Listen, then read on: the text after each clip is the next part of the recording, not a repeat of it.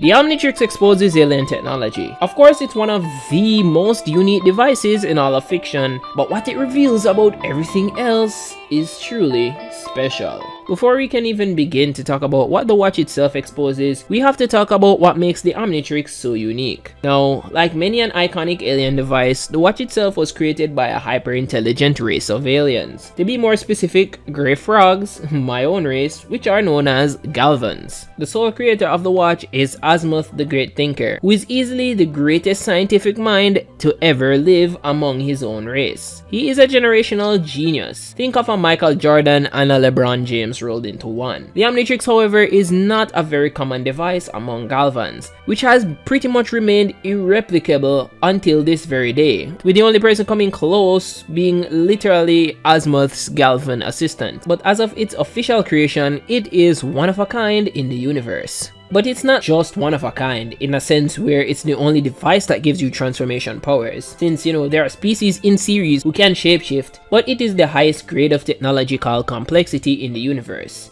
The way how we know this is because of the grading system in Ben 10, being 1 through 5, with 1 being basic stuff like hammers and hunting tools, and 5 being the Omnitrix, which is a DNA shifter device. But why would an elite frog genius make a one-of-a-kind alien tech like this? Well, Azimuth has had multiple canonical reasons for why he decided to make the watch in the first place, with the first being as a means of giving any species the ability of exploring the lifestyle of another. By becoming them, they would be able to metaphorically walk a mile in that alien's shoes. That is a pretty good reason, as it could influence a more understanding and unified universe, but his reasoning still wasn't just that simple, as one of the major factors that led to him creating the Omnitrix came from his first creation, which was the Sword of Ascalon. The Sword of Ascalon creates an amazing parallel to one J. Robert Oppenheimer, a genius who created the atomic bomb. You guys have watched that movie, right? Anyways, both weapons were greatly powerful, dangerous to society, with fictional Ascalon being a reality warping weapon that caused mass destruction.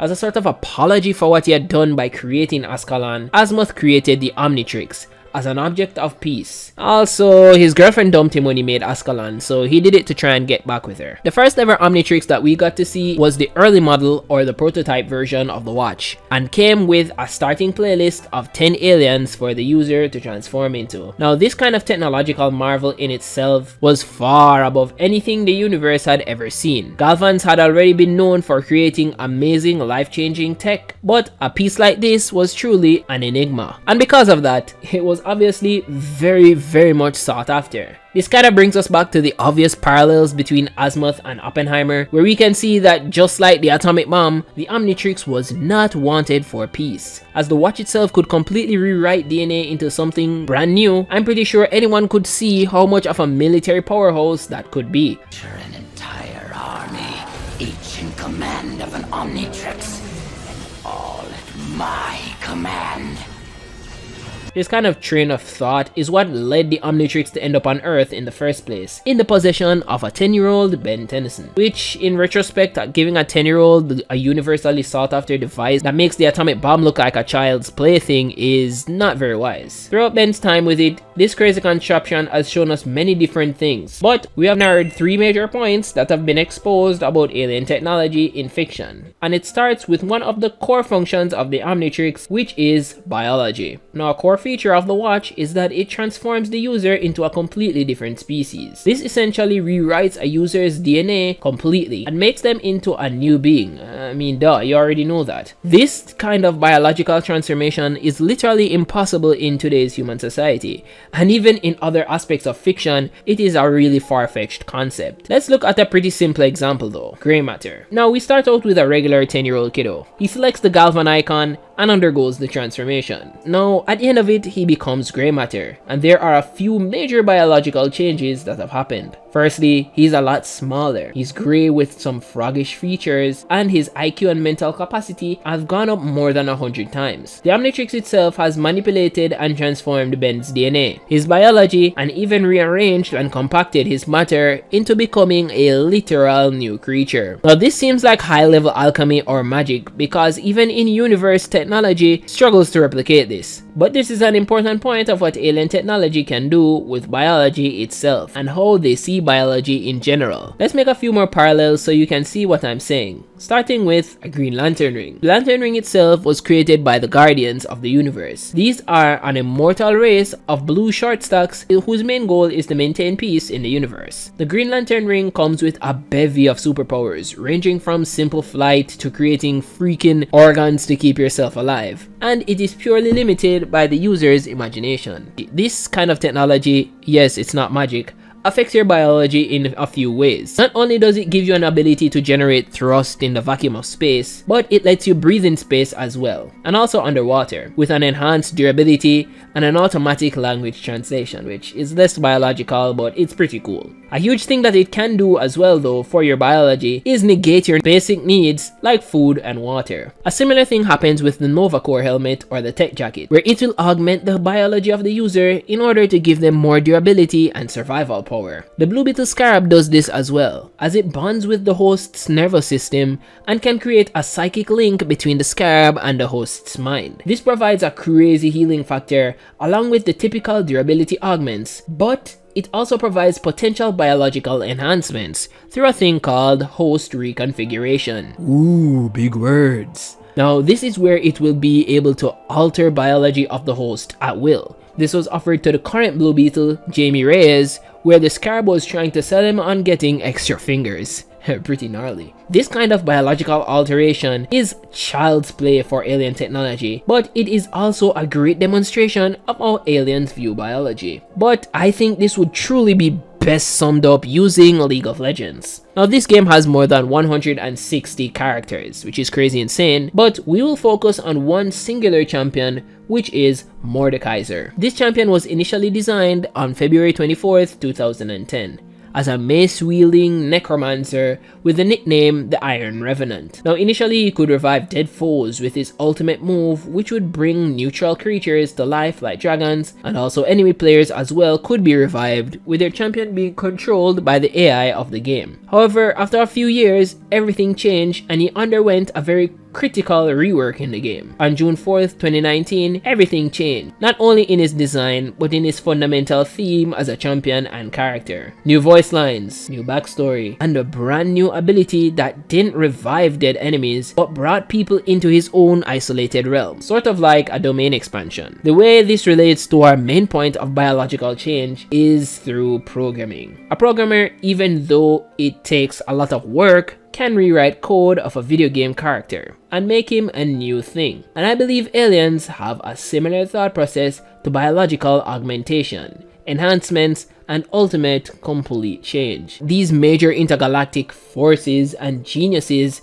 don't see biology the way we do, as a necessary, barely moldable part of life. They see biology like code or software, and Ben embodies that perfectly, as Azimuth is able to take an unremarkable species like a human being and essentially rewrite his entire genetic code into becoming a universe recreating deity. This shows us that with the right inputs, even biology can be changed, just like Mordekaiser's entire transformation. Now, a game like League of Legends has such a mass appeal, and luckily for us, alien technology has a similar mass appeal. Now, what do I mean by this? Obviously, everyone wants these legendary alien technology. I mean, duh. In Green Lantern, a guy literally poisoned his planet's only defense against anything intergalactic just so that he could have a chance at getting the ring.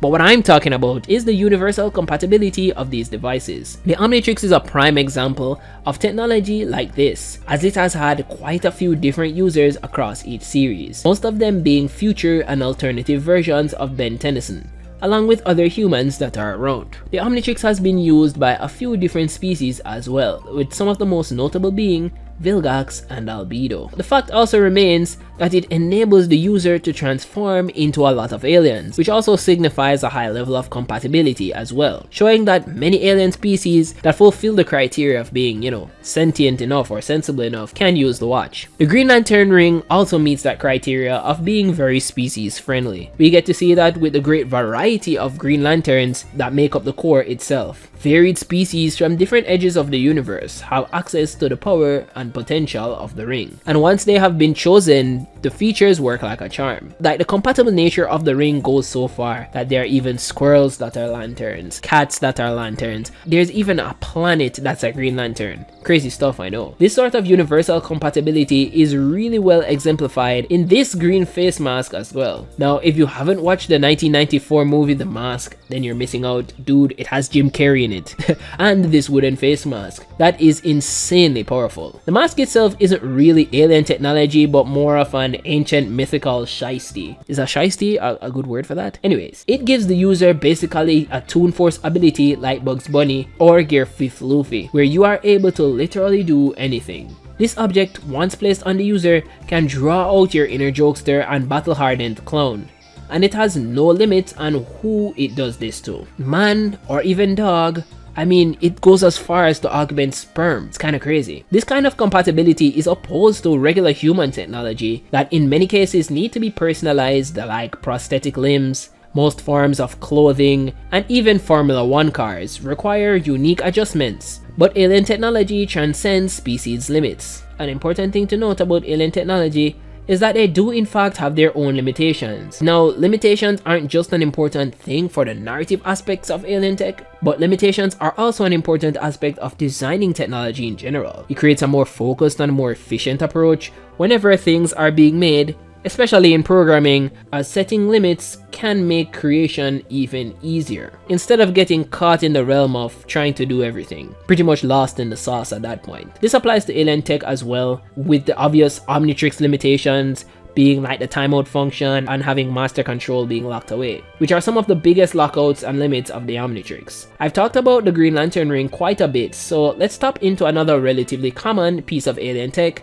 which is the Blue Beetle Scarab. This is a really powerful machine that merges with the host and gives them armor and an alien co-pilot in their head, which is the voice of the Scarab. The armor not only enhances durability, but it can create an arsenal of weapons out of basically anything known to man or alien in weaponry. Even though the purpose of this is to create sleeper agents for the Reach, which are the guys who created the Scarab in the first place, it still has crazy feats, as it has been able to solo quite a few very powerful hero partners like Wonder Girl and Miss Martian, and even other Scarabs. I think it even soloed a speedster, like Impulse or something, so there's no playing around. As strong as the machinery is though, it has its limits, just like any other major piece of technology, with its major weakness being magic. Prime examples of this being like when Zatanna removed it in Young Justice. These limits are necessary for the progression of alien technology, and no one really wants limitless powers. That kinda sucks for a good show. Another alien tech that balances these limits well though is the Ultralink and Max pairing in Max Steel. Now, an Ultralink is a parasitic sentient alien robot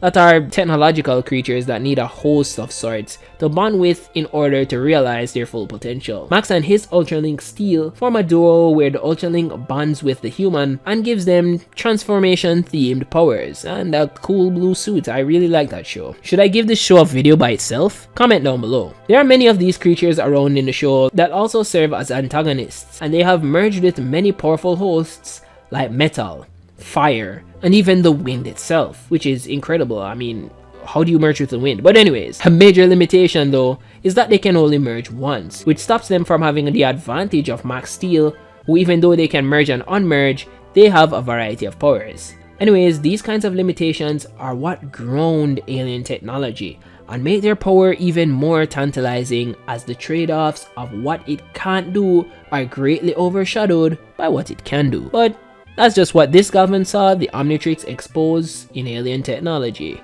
Thanks for watching. Earth, fire, air. Oh boy, we have a problem here.